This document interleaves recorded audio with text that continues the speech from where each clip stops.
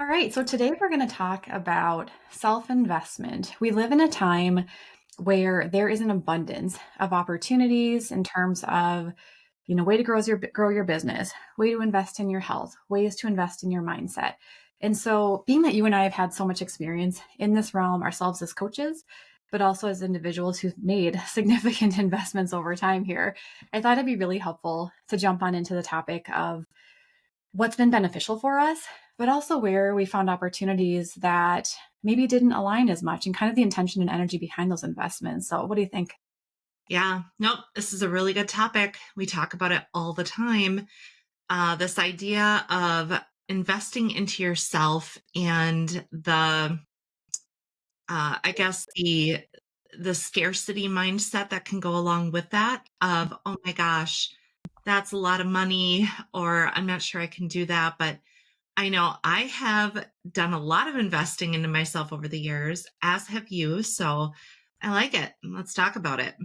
Yeah. So, my investing in terms of self development really started around 2020 when I started to have my spiritual awakening, right? So, prior to that, I had done the standard, I went to college, I invested in a house, and kind of the standard things you think of when you are becoming an adult. And it wasn't until I really kind of hit a wall in my own healing journey that I really started to understand the power of investment. And what I started with was kind of the standard. I did a lot of health and wellness based stuff. I was seeing functional and naturopathic providers.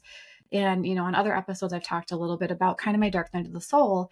And it really came down to, in 2020, hitting a wall of just crippling anxiety where I had maxed out every single thing that I could think to do, and nothing was helping me. I had been on the medications, I had changed my diet drastically. I was exercising. I was doing everything that I was told is the right thing to do.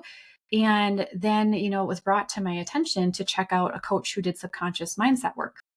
So I made the initial investment. I think it was like maybe a $3,000 program at the time. And it was a group coaching program, and it changed my life. It absolutely changed my life because I began to understand the power of our mindset, right? So, why for all the years was I stuck in scarcity? It was because of the programming I had as a child.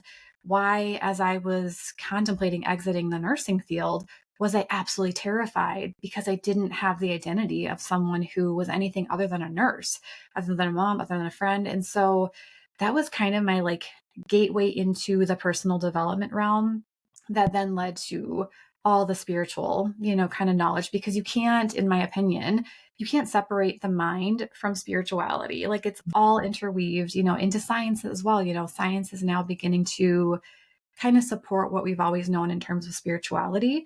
And so that was really the catalyst to like, holy shit, I made this tiny investment in myself and it completely changed the trajectory of my life. And that led to me making, additional three, five, $10,000 investments that really kind of snowballed into, first of all, feeling safe to spend that kind of money because I saw that although on the outside I didn't yet have the resources yet didn't come back to me, right? I didn't see like my external changing drastically, right? That was quite a bit the same for a little while because I was evolving. And in that time, it's almost like there's some lag time. Like as my mindset shifted, then my external started to evolve. And that led me to having the strength and the courage to really kind of branch out of what I thought I knew to move into the entrepreneurial space. And so, as we've talked about, I've made a lot of investments along the way, some that were really awesome and really helped me in my business and as a person, and some kind of fell a little flat. But within those as well, those were really valuable in their own rights as far as learning discernment, looking at my intentions. Like, what was my intention in buying this program? Was it out of a lack mindset because I didn't think I had the resources? Or was it genuinely, hey, this is really going to benefit me as a person, as a business, as a mentor to others? And so that was kind of my starting place within the field of self development. And, I really haven't stopped. I'm always, if you find me anywhere, I probably have a book in my hand. I love learning, I love reading, I love understanding, and I love really just growing my knowledge base. So, how about you? Where did this begin for you? This started a really long time for me. So I'm going to preface that beyond investing in yourself, this is such a great exercise in what are we attached to? What are we holding on to? So My awakening happened a really long time ago. And I've been, it's progressed over time, but my health was such a huge obstacle for me when I was in my 20s. So I had children young, was married young, had children young, and I didn't really take care of myself. I didn't really know how. And so here I am, a young mom. I'm trying everything to feel better. I was dealing with autoimmune issues. I had arthritis in my 20s. I was really overweight. I was living off of Western medication. I mean, there was just all this stuff, but there was something in me that knew. So I started on this journey of, can I heal my body? Every conspiracy theory out there, I was like, maybe I should give that up. Maybe I could do that. Maybe caramel coloring in the Coca-Cola isn't good for me, right? Maybe Doritos really are super bad because I can't read the ingredient list. So, anyways, I had this whole epiphany of what health could be.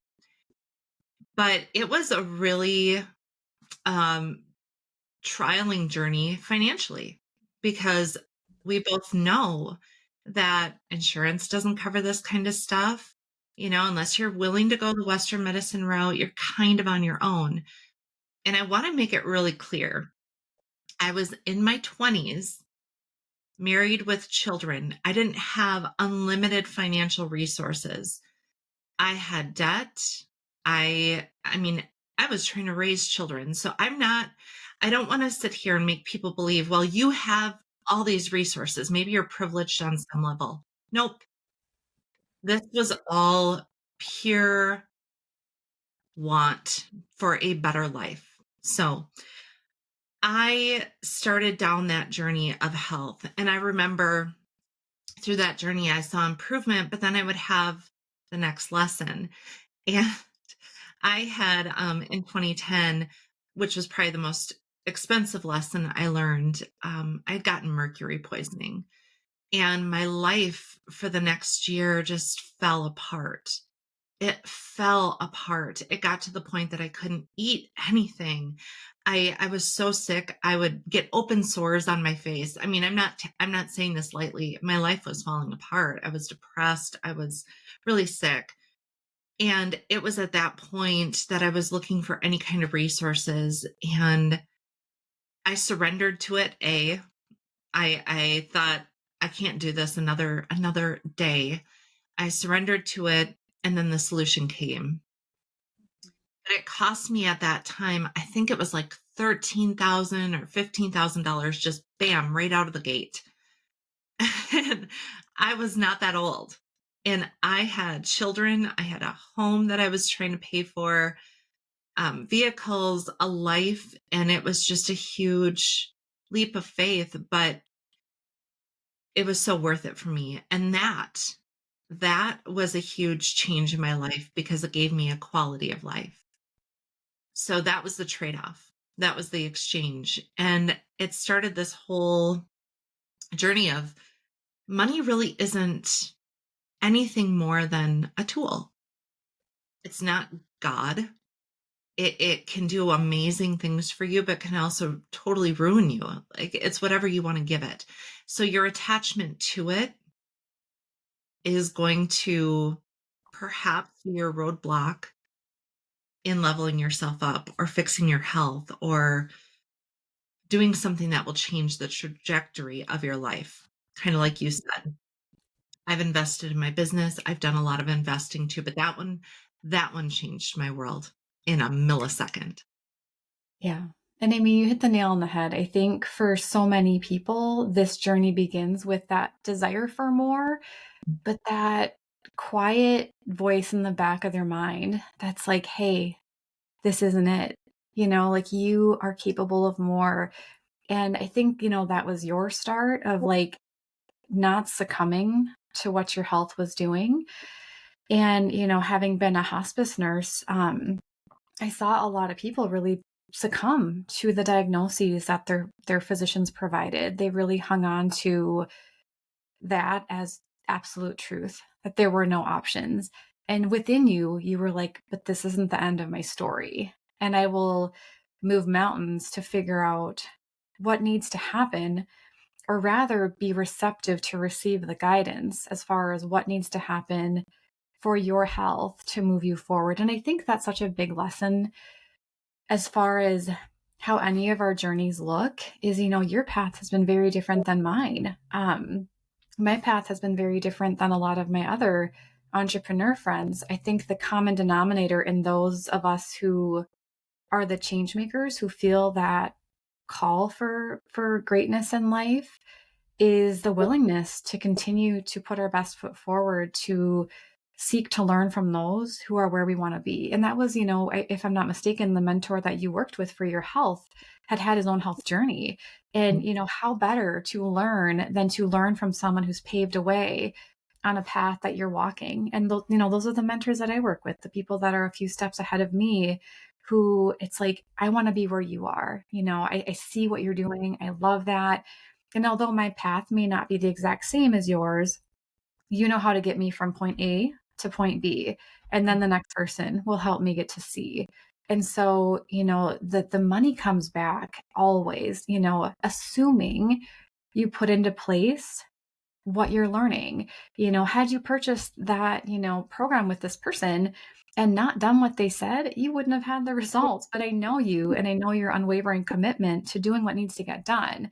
And that's why, the ROI on that is just astronomical. You probably wouldn't be sitting here today had you not done the work. And, that's me as well. The depression and anxiety I was in 2020, I was at a rock bottom of, I'm not going to be here for my family if I don't do something different. And now, I think as I've evolved, now I invest because I want to, not necessarily because I'm at a rock bottom. And I've had that, I've had my own health journey the last 4.5 years, and um, yet was still unrelenting in doing what I needed to do to seek the support. And I've paid thousands upon thousands, in the last 4 to 5 years, probably upwards of $100,000 between my health and my business development. And if you would have told me that 10 years ago, I would have been like, holy shit, like, are we okay? How do we do this? How do we afford this? But you make it work. You prioritize the things that are going to get you to the next level, and it always pays off. Always. And again, if it's not the experience you want, it's the experience you need. Yeah. And it goes even further than that. It is a decision. It is a decision. The one thing I can say is when I went through the journey I went through, I changed all my epigenetics, all of them. They all changed. I looked different. I was different. My soul was different. I was evolved after I went through everything I did. And I did some pretty life-changing, person-changing things. But when I did that, a lot of people who knew me along the way, they would ask, how'd you do that? And I would tell them, and the answer I would get a lot of times was, well, I don't think I could do that. And well, how much did that cost you? Oh, I can't spend that. But I would watch them spend on a lot of other things. And so it's a decision because everything in this world is an exchange. And I believe I read this in I think it was The Science of Getting Rich, that everything is that value exchange. And the way that they said it is you want to give more in value than you receive in payment, and you want to give more in payment than you receive in value. If both sides do that, there is something that's going to happen, that's going to take place, that's good for everybody. But that's what this is. And that's why I don't give away my services for free. You don't give away your services for free, because anything that we're not willing to invest in, we're not going to hold the same level of commitment to it. It's not even an attachment, it's a commitment. So when I spent $13,000 in one lump, and I've spent hundreds of thousands of dollars unabashedly in my life, but when I did that, I took that, and for a year, I said, I'm going to give everything I can to this. In many ways, I had to stop living the way I was. I had to become somebody new. But the reward at the end was massive. I mean, I wanted to absorb everything I could because there was so much I invested into it. That's why it's a decision. You have to decide. So if you're looking for the deal, that's one thing. But if you're saying, I won't invest, you're not going to invest. Correct. And that's such a great point, and I think the other thing comes down to, um, price shopping, right? Like, people are programmed to price shop, "What's the best deal?" "Oh, there's a bunch of hypnotherapists around, who is the most affordable?" Trust me, in the self-development industry, in the health and wellness industry, more often than not, you get what you pay for.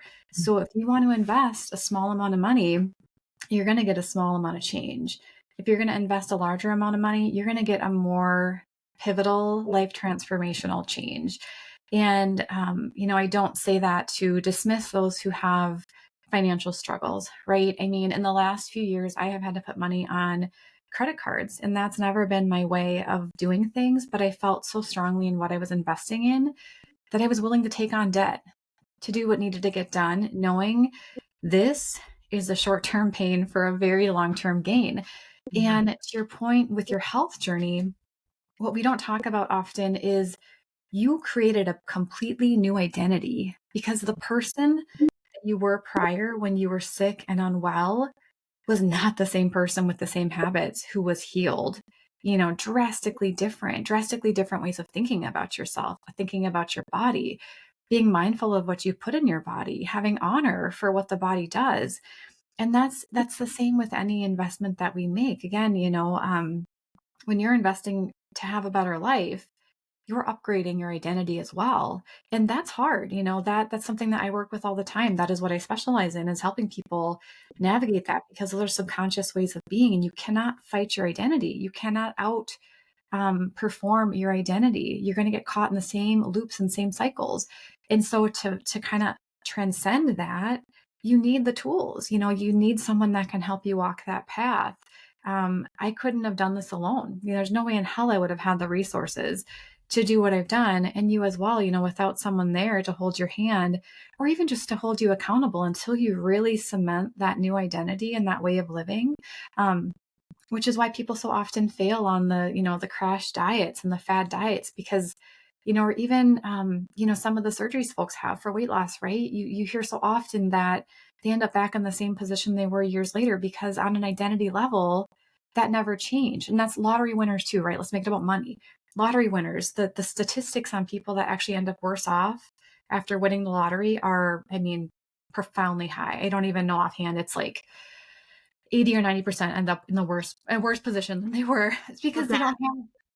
Right, or dead, yes, and, it's because they haven't changed the identity, of who they are. They're still in their mind a broke person. They're still in their mind an unhealthy person, and, our brains are wired to keep us safe, and what that looks like is who we've always been, because our brain knows we can survive those circumstances.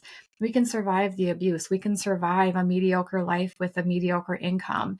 The brain thinks it's a threat to challenge that, so transcending that takes tapping into the subconscious mind, the superconscious mind, meditating on it, praying, having mentors that know how to access those things and get you there.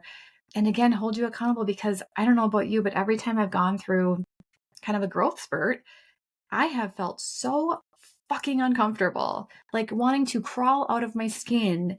And that is always the pullback before the massive expansion. And you just have to learn to ride the discomfort and to trust the process, and you're not going to get everything right the first, second, third, 10th time. You're always going to find ways that things could be different, or maybe you want to kind of reorganize stuff, but that's okay, because that's a part of the process too. Is like, hey, that didn't work so well this time. There's some feedback. I'm going to do this differently here. Okay, some feedback. What resources do I need to stay successful? And then you commit to that. And that's, it's really the small incremental steps every day. And, I tell my clients all the time, I've said it here before, you cannot Amazon Prime transformation. It's a consistent commitment to the end goal of what you want to create. If it's health, if it's a really successful business, if it's being the best in your career field. Maybe you're not a business owner, but you want to do really, really well in your field or as a parent. It's just that continual daily commitment. That's it. It's Yeah. really not rocket science in that respect. Yep. And there's a couple of really important things though to remember, that if you make the decision that this is going to, maybe you have some attachment to money. If you're deciding right now, I don't want to feel like a slave to the dollar. If you're going to make that decision, be prepared for the lessons. And what's going to end up happening, we've both lived through this, and everybody's a little different. Your belief system around it's going to consistently be mirrored back to you, Mhm. consistently. So you're going to see massive opportunities to be scared, to become attached, to hoard it, to do all those things. So, number one, when you make the decision, number two, be prepared, because now the lessons are going to come in. The third part is that discomfort you just described. You have to sit in it, and you cannot be attached to the time frame. Time is irrelevant. And the more that we attach to something, the more we're going to have to sit in it. So Mhm. it is one of the best exercises for learning to let go. It's not for the faint of heart. If you're going to get involved in this game of, can I have energy change energy, then be prepared. Be prepared, because you're not going to be able to hold on to that attachment and transcend it. And who knows what will happen? We're not going to sit here and tell you that you're going to have an easy ride. But if you look around the world and you see, I've had this pointed out to me. You see one person over here who does something. I don't know. Maybe they sell. Let's just say they sell flowers, right? And then you have another person over here that sells flowers. This person is never making it, right? You always see deals and everything is scramble, scramble, scramble. But this person over here is building empires. I guarantee you there is a different mindset. And so we have to remember that this is universal. This is across the board. This is everything. You will get reflected back to you. So if you're, say, a business owner, I talk to business owners about this all the time. If you're selling a product or you're leading a team or you're doing whatever you're getting feedback within that, low sales, poor culture, whatever it is, it's you. It's always you. You cannot sell something you yourself aren't buying. And that's the same with money. uh, Abraham Hicks was somebody I listened to years ago, and she was doing one of her little seminars that she did on like cruise ships, and she had a guest on there. It's one of my favorite stories, and this guest said, "Abraham, I can make money. I've made millions of dollars, but I never can hold on to it. I get it, and it's gone." And she kind of laughed. I loved the way she presented herself. She kind of laughed at her and she said, "Well, would you hold your breath if you wanted to stay alive just to not let it go?" What a that is, just drop the mic right there. That's it. Mhm. You That's it. gotta bring it in, let it go. Bring it in. You don't even think about your breathing, right? So, And as you do that, your breaths get deeper, right? Like you bring in more and you gratefully release more. And that is the beautiful thing, is we talk often about money mindset, and part of what we get to do as just good-hearted humans is build businesses, build experiences that allow us to bring in large amounts of money, because with that, we can do so much better in this world. We have the capacity to donate more. We have the capacity to do more charitable things or to give people jobs and opportunities that otherwise maybe wouldn't have had those. And so, a lot of the indoctrination many of us had around money, we're beginning to unprogram. Money is simply a means of exchange of energy. That is how our current society is set up to do this, right? And now there's a lot of theories that this is changing in the future. I don't know. I don't know what that future is going to look like. For now, money is that tool, that resource. So money itself is not inherently good or bad, but it is a way to make things happen. And You again, mean it's not the root of all evil, Ange? it's exactly the love of money is the root of all evil. I'm pretty sure. But it's, Right? it's also not worshiping it, right? Like money is just a neutral resource. And if you're praying to it every day and you're putting this profound meaning and belief on it that it has this power outside of you, you're missing the whole point. Money allows us to do really great things, but equally, it can allow us to do really bad things. And so simply, it's an amplifier of who you already are on the inside. So if you're a loving, compassionate, giving person, you're going to amplify that with money. If you're someone who's really greedy, who's really scarce about it, who doesn't want to let go of it, you're going to clamp down and restrict that flow. And that's going to amplify more the more money you get. And man, I'm thinking of a story with somebody I know who their now ex-partner was like a top CEO of a company. And the scarcity that existed. I mean, the millions of dollars this individual had, and they were terrified to spend it. And it was just this consistent hoarding, hoarding, hoarding, to the point where it broke their marriage apart because the other partner didn't have that same idea about money and really wanted to just live, wanted to enjoy life and um have fun and travel and do all these things, understanding the flow of money. Like this is an infinite flow of energy we have access to.